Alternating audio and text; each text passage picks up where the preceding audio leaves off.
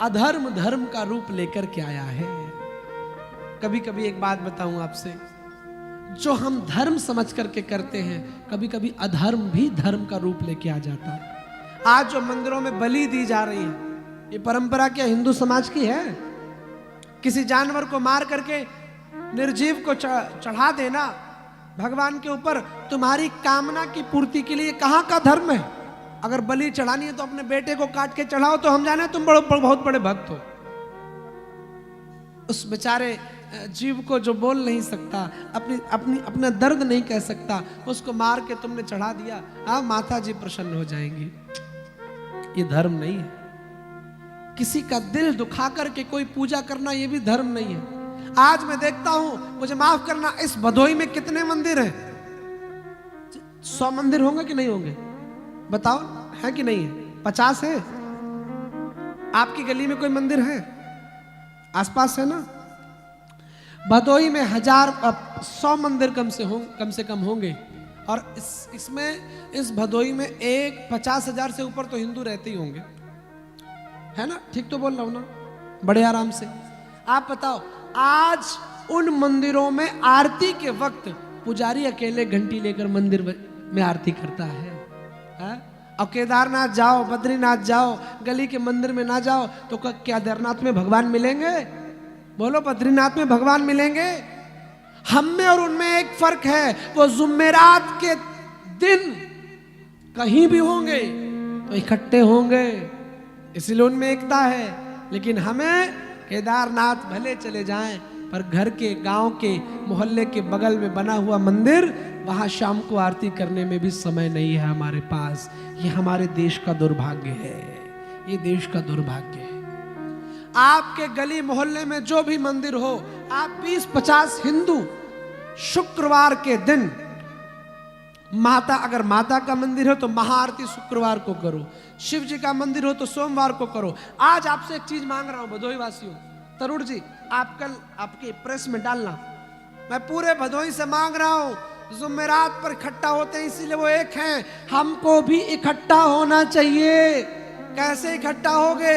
आपके गली में, आपके गांव में, आपके मोहल्ले में जो भी मंदिर हो, वहां पर एक दिन महाआरती का रखो, और उस महाआरती में सारे काम छोड़कर सभी हिंदू एकत्रित होने चाहिए।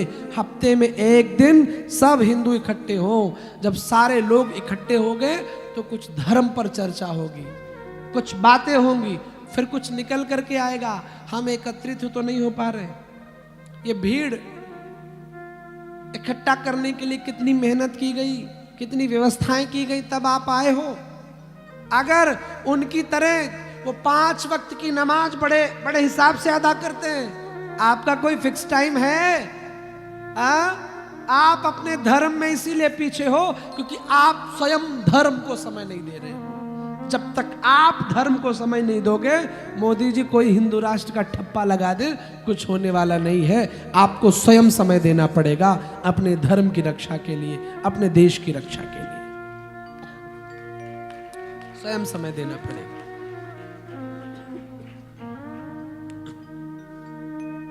भरत जी कह रहे हैं, सुनो गुरुदेव, दूसरी बात, पिता ने एक दिन सारी अयोध्या के सामने कहा था, मैं राम को राजा बनाऊंगा,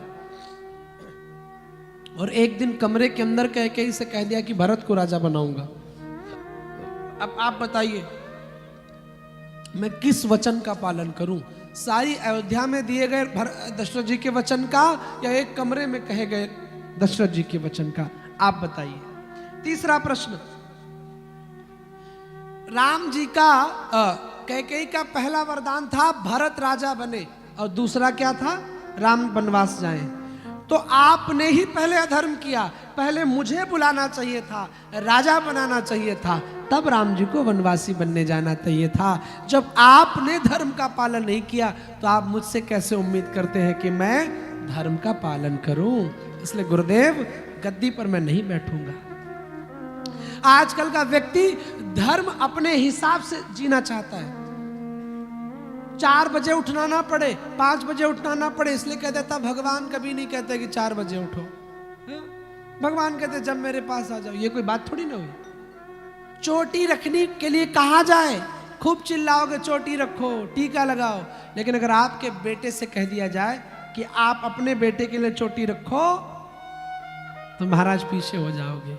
अच्छा, यहां पर इतने लोग बैठे हो, कितने लोग आज संकल्प करते हो कि आज से नशा छोड़ दोगे? उठाओ हाथ। कितने लोग संकल्प करते हो? इन पर कैमरा दिखाओ, सब पर दिखाओ, कैमरा डालो। सच भागवत पीठ से मैं आपसे दक्षिणा मांग रहा हूं, व्यासपीठ से। कितने लोग, हाँ बेटा, कितने लोग संकल्प करते हो कि आज से नशा छोड़ दोगे? बजाओ उनके लिए एक बार ताली।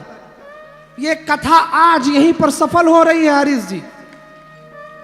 इसकी सबसे बड़ी सफलता यही है कि आज से ये लोग नशा छोड़ रहे हैं। बहुत बहुत धन्यवाद। अच्छा, दूसरी बात, उठाओ हाथ। कितने लोग अपने बच्चों, जो उनके बच्चे होंगे या होने वाले होंगे, अपने बच्चों की और खुद की आज से चोटी रखोगे, शिखा धारण करोगे? क्या बात है, क्या बात। माताओं, कितनी माताएं अपने बच्चों की चोटी रखेंगे? हाथ उठाओ। क्या बात है, बहुत सुंदर। जो नहीं उठा रही, हंस रही, हंसने की बात नहीं है। धर्म की रक्षा तब होगी जब तुम समाज में आगे आओगे। ऐसे धर्म की रक्षा नहीं हो जाएगी। धर्म की रक्षा करने के लिए आपको पहले पहल करनी पड़ेगी, पहले आपको आगे आना पड़ेगा, तब धर्म की रक्षा होगी।